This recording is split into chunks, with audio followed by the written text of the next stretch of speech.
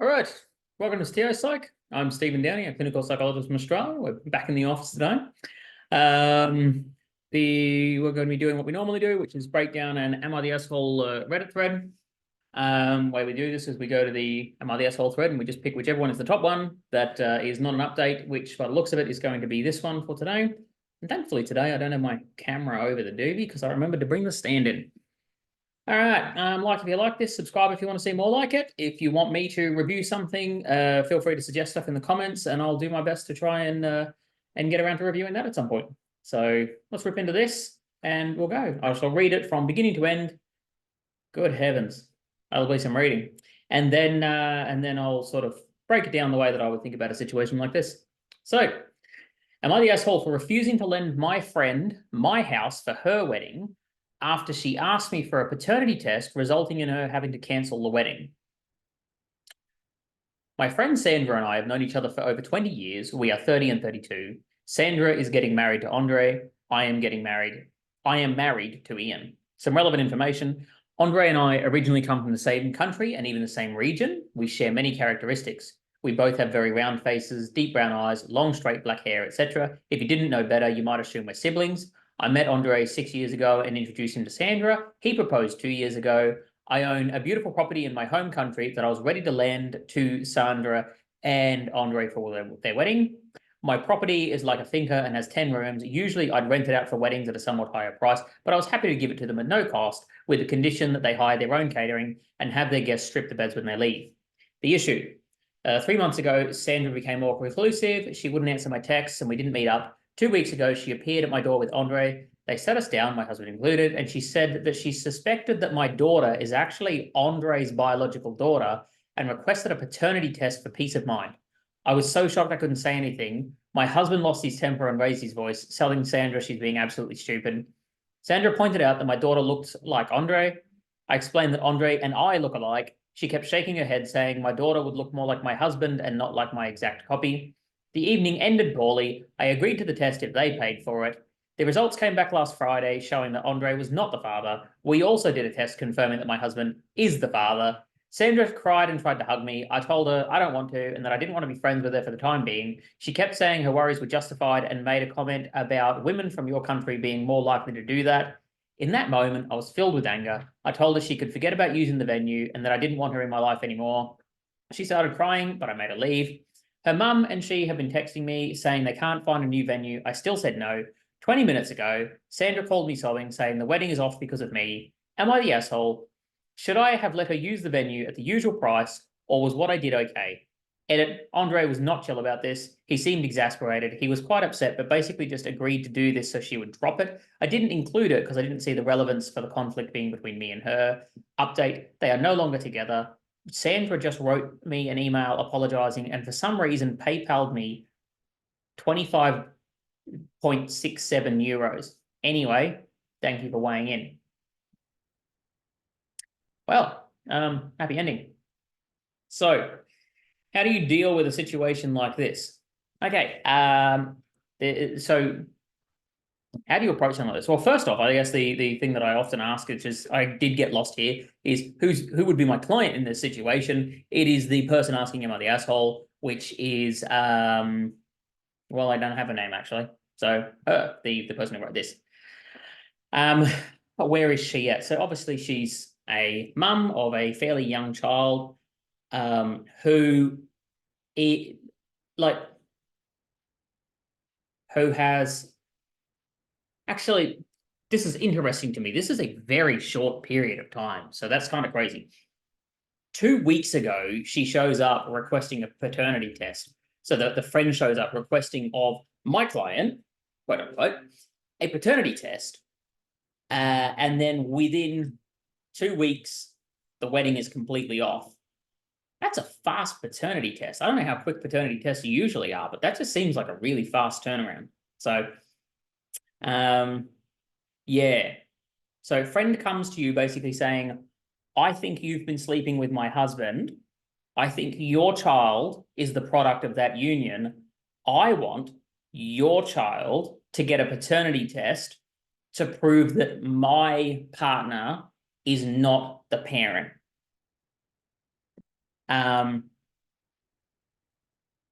I don't know too many people who would agree to that request, because that request is quite out there. It's not completely out there, but it's quite out there.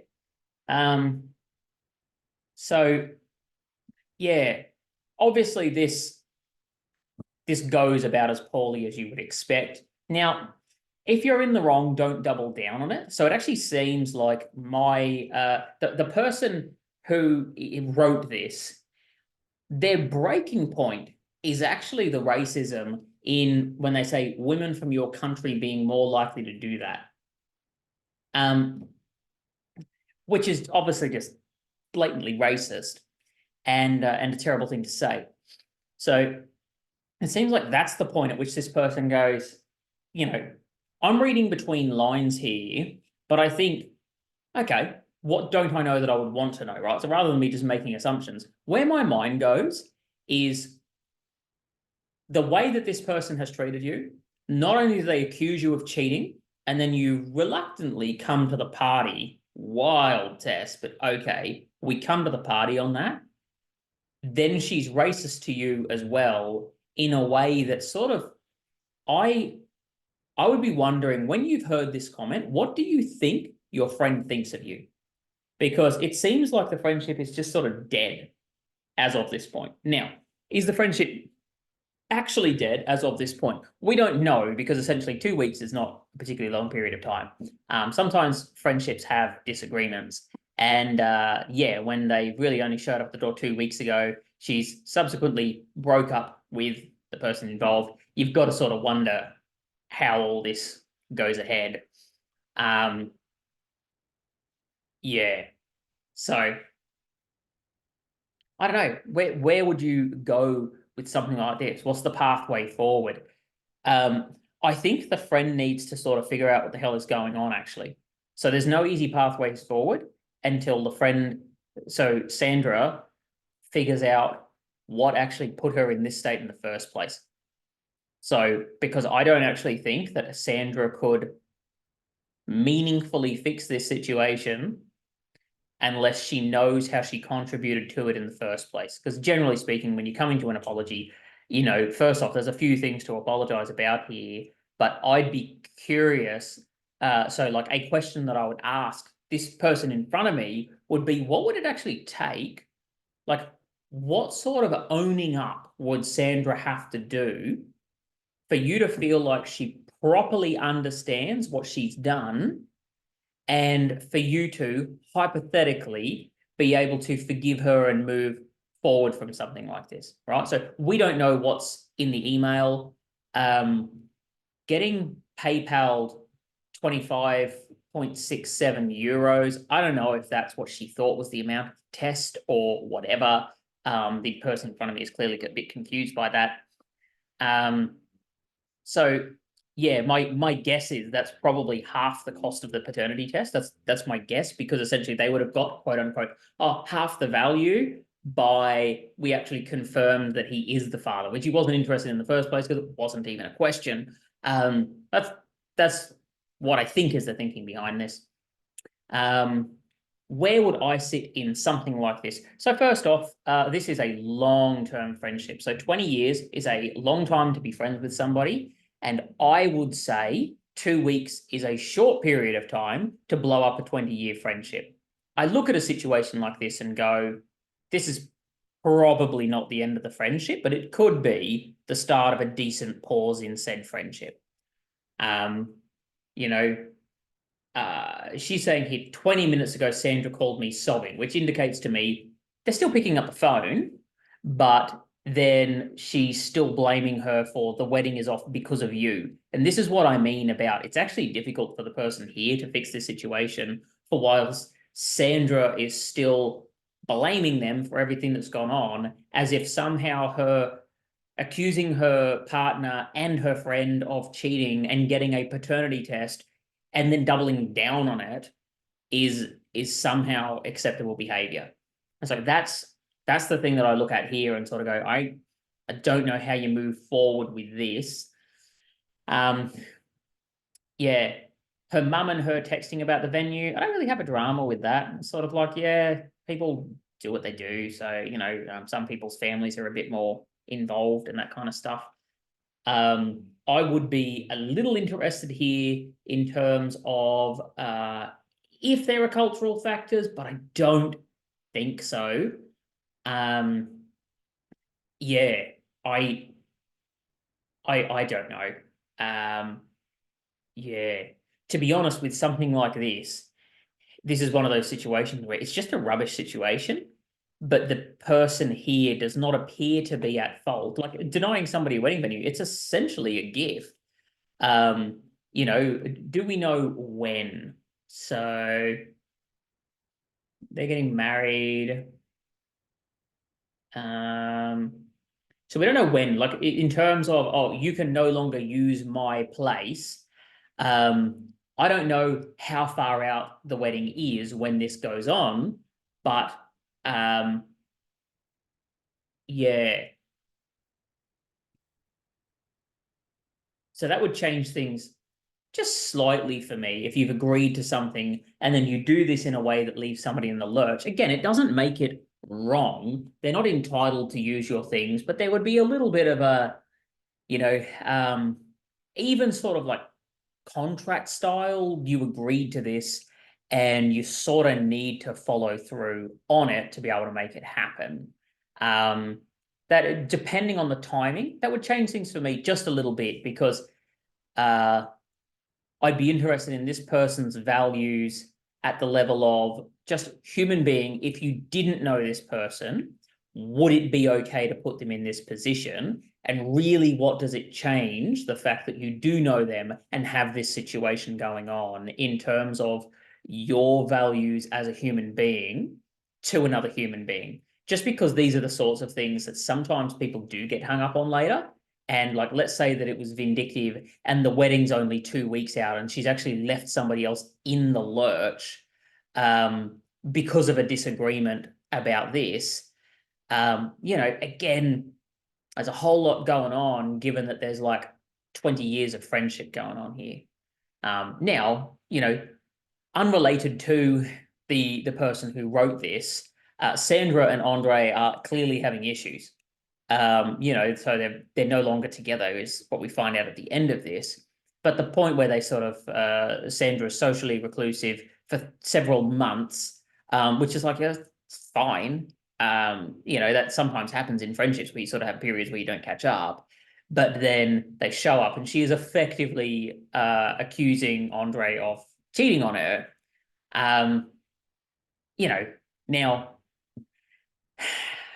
some people would be reading this and going, well, this person's problem is that they're an idiot that just doesn't know about genetics.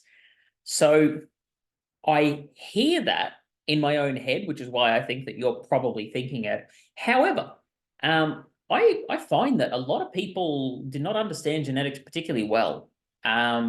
So it's a point that, as much as I do believe there's probably some validity to it, it's not a point that I would play particularly hard, mainly for the case that I find people don't understand this as a general rule anyway, or they've got often an actual incorrect understanding of like just colloquial stuff mixed in with actual genetics, which winds up in situations where somebody could truly believe that they wouldn't look like my exact copy. It's sort of like, well, actually, yeah, depending on what genes express, that's absolutely possible.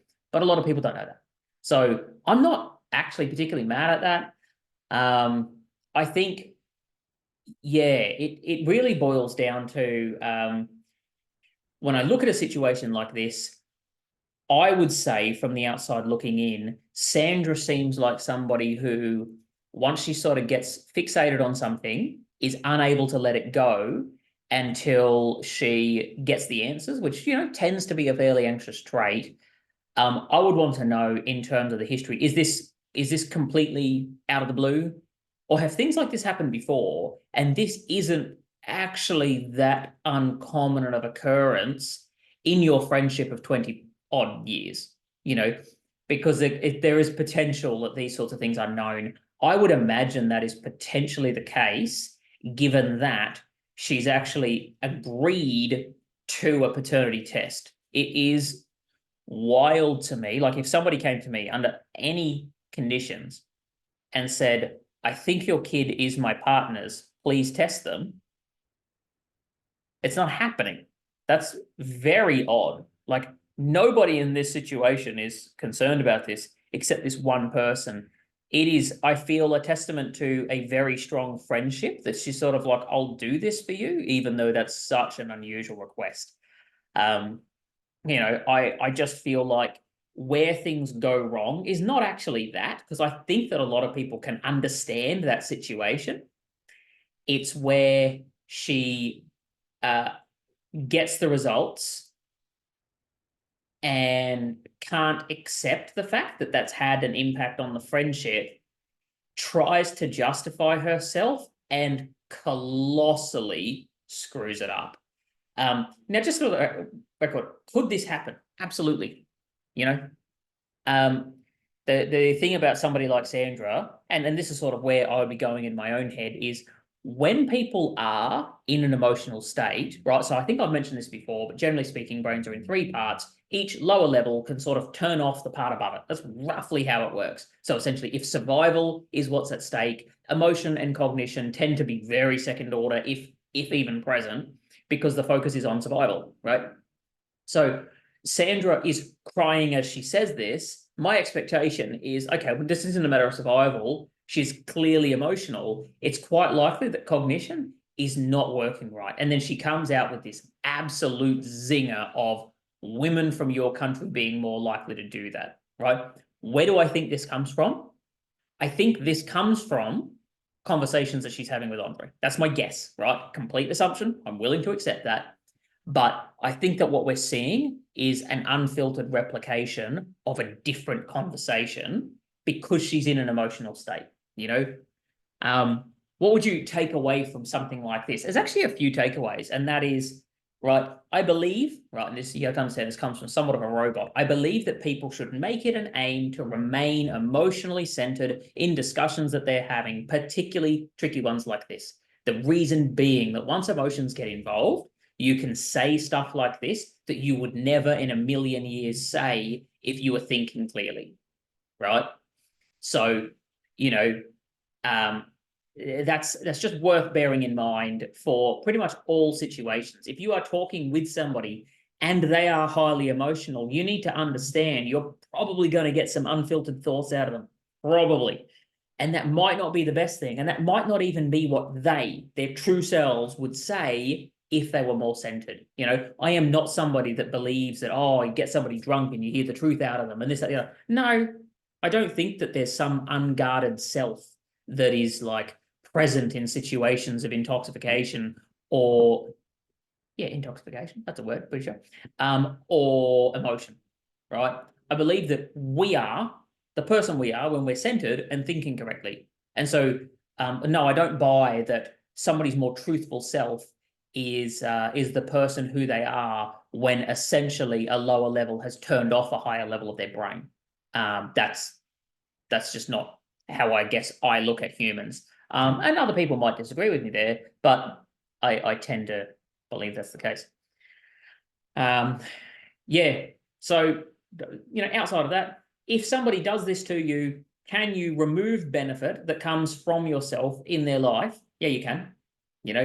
Unless there's some kind of a legal contract that you have to fulfill, then yes, you can do that. I can actually think of some areas in the world where potentially this would be considered a verbal contract, which would be essentially enforceable. But I think there'd need to be particular bits and pieces around that. As the case may be, it doesn't look like anybody's trying to enforce that, which, is probably good. Should I have let her use the venue at the usual price, or was what I did okay? Firstly, please, if you find yourself in the situation of running to the internet, get validation for your actions, here's a hot tip. You probably acted against your values and need to change it, right? If you are unable to sit with a situation for yourself, then you probably crossed your own lines. That's not the case of all Am I the Asshole threads, but I'm just seeing a common theme where people are sitting in areas where they are uncomfortable with their own actions. Yeah. So where would we go with this? How would we go? Is there an asshole in this situation? Yes, Sandra. Don't do that. If you're anxious about your partner cheating on you and stuff like that without any evidence except for the presence of a child that looks vaguely similar, please don't do this kind of stuff. You know, if you are wrong and somebody very graciously goes to the point of showing you how wrong you are, don't double down. Don't try to dig a hole and justify yourself. Accept it. Say, yeah, I understand how that would push some distance in our relationship. Sorry for being an idiot, and you leave. You know, you don't do this. You know, do some people do this? Yes, I'm sure I've done something like this. It's not wise, and it tends to not make things better. So, yeah. Outside of that, this one feels like a very flat ending. It's difficult to know where you take something like this. It's like, I'm glad that this person and their husband and their child are fine. That's good. I'm sad for the cost of a 20-year friendship. Those things are hard to come by, and I guess I would hope that there is a potential way forward if they are good friends. It looks like communication is still happening, so that's nice. You know, would somebody like this person be wise to take a break from the friendship? That's probably sensible. You know, but good long-term friendships, just as a general approach from where I sit, I tend to err on the side of holding them together rather than breaking them apart, just because I find, just at a practice level, these sorts of friendships are getting rarer and rarer. I'm almost never meeting people with friendships like this that are under the age of, let's say, 50. And that's just the observation that I have. So when I see somebody who's got this at the age of 30-ish, I'll be going, well, hang on. We want to be careful that we don't sort of throw away the good parts of this friendship for the expense of a terrible misunderstanding, even just generally bad actions on behalf of a friend. But, you know, I look at this situation and go, I think this is a fixable situation. I actually think that there's more that is not fixable between Sandra and Andre, but I think that's been going on for before, like, this person and their little family was dragged into this. I think there were problems well before that. So, all right, we shall finish up there. That is an interesting one. Yeah, I'll be honest, rarely speechless, but situations like this just hit me with a, what do you do? Like, what do you do? But as you can imagine, as a psychologist, it is helpful to no one if I'm ever speechless. So you've got to find a way to talk about something. But in situations like this, I promise it's a lot harder than other situations where there's clearly a lot more to talk about. Finish up there. I shall catch us another game. So have fun and see us.